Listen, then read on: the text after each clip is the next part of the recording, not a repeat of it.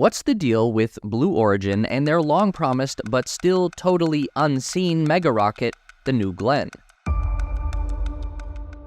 In theory, Blue Origin should be right up there with SpaceX leading the next generation of space exploration. They were both founded at more or less the same time, with more or less the same goal, by two men who would go on to become more or less equally rich and successful. Blue Origin and Bezos love to talk a big game, they just never have much to show for it. But this all changes in 2024 with the debut of their first orbital rocket. Or does it? The New Glenn is a project that has been under development at Blue Origin since around 2012. The design of the rocket was finally revealed at a presentation by Jeff Bezos in 2016, which showed off a gigantic new rocket design with a fully reusable booster core. At the time, there was nothing like New Glenn. Bezos actually managed to get his announcement in about 2 weeks before Elon Musk debuted the interplanetary transport system concept that would eventually go on to become Starship. Fundamentally though, New Glenn is an entirely different vehicle than ITS or Starship. New Glenn offers the same futuristic appearance, but its functionality is more grounded in traditional rocketry, basically doing the same job as a Falcon 9, just with more size and more power. At the heart of this booster are 7 of the new BE-4 engines that make a combined 3.85 million pounds of thrust, burning liquid methane and liquid oxygen fuel. Blue Origin says that's good for up to 45 metric tons of capacity to low Earth orbit. Compared to the methane-burning SpaceX Raptor 2 that powers the Starship, the BE-4 offers a little bit more thrust, 250 metric tons versus 230, but it's also a significantly bigger engine than the Raptor. Blue Origin likes to call the BE-4 a medium-performance version of a high-performance architecture. And what they mean by that is the engine is overbuilt for the purpose that it's being used for. They're never going to push the system to its limit the way that SpaceX does with their Raptor. The BE-4 operates at a much lower chamber pressure, and that should result in a more consistent and reliable engine. Considering that 8 out of 33 Raptors failed on the first launch of the Starship, Blue Origin might have the right idea here. It's not the power that makes New Glenn special though, it's the size. While a Falcon Heavy might still offer over 1 million pounds more thrust, the New Glenn has a 40% wider cargo fairing at 7 meters in diameter, plus around double the length of a standard Falcon nose cone. SpaceX has talked about making an extended length fairing for the Falcon Heavy, but we have yet to see it done. So New Glenn is much closer to Starship in terms of size and cargo volume, although with nowhere near the power. Blue Origin's claim of 45 metric tons to low Earth orbit is a bit questionable considering the size of the rocket and the thrust that it has available, plus the need to reserve fuel for the landing burn. It would be a lot more plausible to say 45 tons in an expendable mode where the booster is sacrificed and the BE-4 engines are run closer to their actual limit. Either way, it's looking like the niche that New Glenn is going after here is customers who want to put very large objects into relatively low altitude orbits. But aside from deploying the core modules of Blue Origin's own orbital reef space station, it's unclear how much of a market there really is for this kind of a service. It's actually a bit hard to imagine just what Blue Origin was thinking when they designed New Glenn. Like, why is it so big? What's the purpose for making the rocket so wide, other than just looking really cool? We know why Starship is so gigantic, and there are several good reasons for it, because it has to move a large crew of people from Earth to Mars, and people need space to live because it has to be able to carry 100 metric tons of stuff all the way to the surface of Mars, because it has to be able to land on Mars, then lift off and then re-enter Earth's atmosphere and then land again. That all demands a big-ass rocket, and for the original ITS design, Elon had wanted a 12-meter diameter ship, so he had to compromise at 9 meters diameter for the final Starship. Plus, SpaceX already has their own use case for the low Earth orbit capability of Starship. They need it to deploy the final constellation of 10,000 Starlink V2 satellites. And obviously, NASA considers that capability useful enough to choose Starship as their new crewed landing vehicle for the moon. So, as ridiculous as Starship may be, there are legitimate reasons for it to exist. Even in the promotional animation for New Glenn, Blue Origin just shows it deploying one single, generic-looking satellite thing, which at scale would be the biggest satellite ever launched, and it's hard to believe that something like this is really necessary in a world where technology is constantly shrinking in size.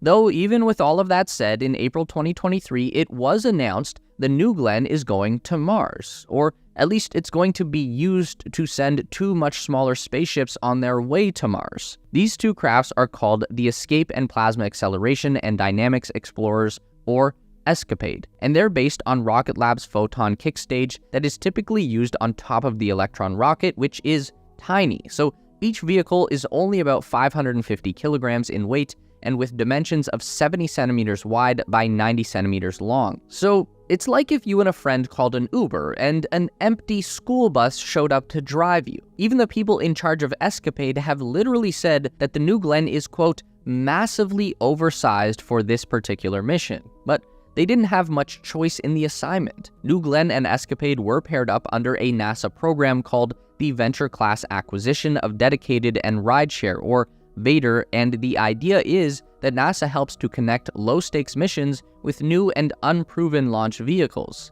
Basically, ESCAPADE isn't a critical Mars mission, it's not carrying a new rover or a multi-billion-dollar instrument, so it doesn't really matter if the mission gets delayed or even if it fails to reach Mars at all.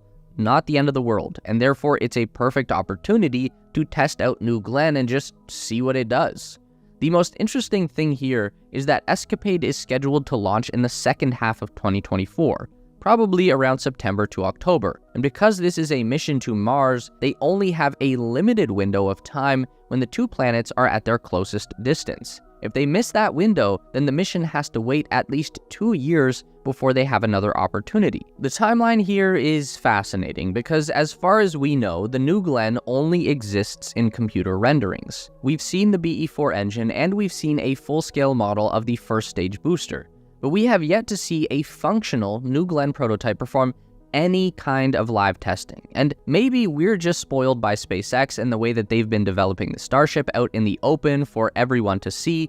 That's definitely not usual for a new rocket, but you would think that 7 years into development and about 1 year out from this mission to Mars, that New Glenn would have at least given us a sign of life. Considering that SpaceX has totally revised the design of Starship like 4 times between the ITS presentation in 2016 and the BFR in 2018, they were still able to begin flight testing the little Starhopper prototype in 2020, and by the spring of 2021, they had managed to fly an upper stage prototype to an altitude of 10 kilometers and even land it successfully on the ground, and then it was another 2 years after that to get a full-scale rocket in the air for an orbital test flight. The best indication that we have on the progress of New Glenn comes from this ESCAPADE mission announcement. We heard from Ariane Cornell, the Vice President of Commercial Orbital Astronaut and International Sales at Blue Origin. She told the media, quote, "It will be an early New Glenn mission, and we are going to be ready." But you should never take a salesperson's word for anything, so we can also turn to the principal investigator for ESCAPADE,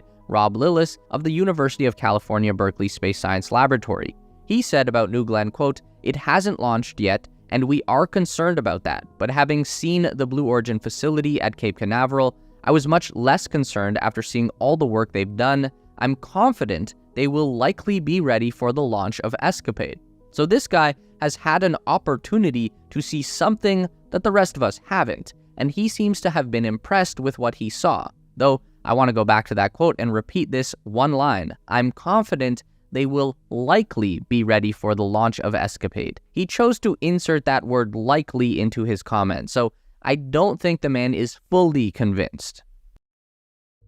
Aside from what progress may or may not have been made in the vehicle itself, we are also watching the development of the BE-4 engine very carefully, and this seems to be the one area where Blue Origin has excelled. The company was very fortunate to sell United Launch Alliance on using the BE-4 to power the core stage of their new Vulcan Centaur rocket, which is a design that is significantly more mature than New Glenn. So, in theory, the ULA Vulcan should be flight testing the BE-4 well in advance of New Glenn, and that is incredibly useful information for Blue Origin to have. Unfortunately for them, the Vulcan, which was supposed to launch for the first time this summer, has been unexpectedly delayed by a flaw in the design of the Centaur upper stage. It actually exploded on a test stand a few months ago, but we didn't know the cause. That's now been revealed as a structural weakness in the ultra-thin steel skin of the outer shell. So the rocket actually has to be redesigned with a reinforced structure, and then a new test candidate has to be constructed. Again,